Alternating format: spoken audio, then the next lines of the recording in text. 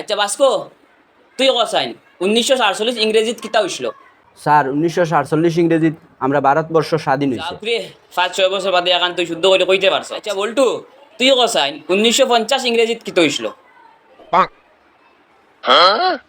এটা হয়েছিল জানোস না? না আমি জানি না।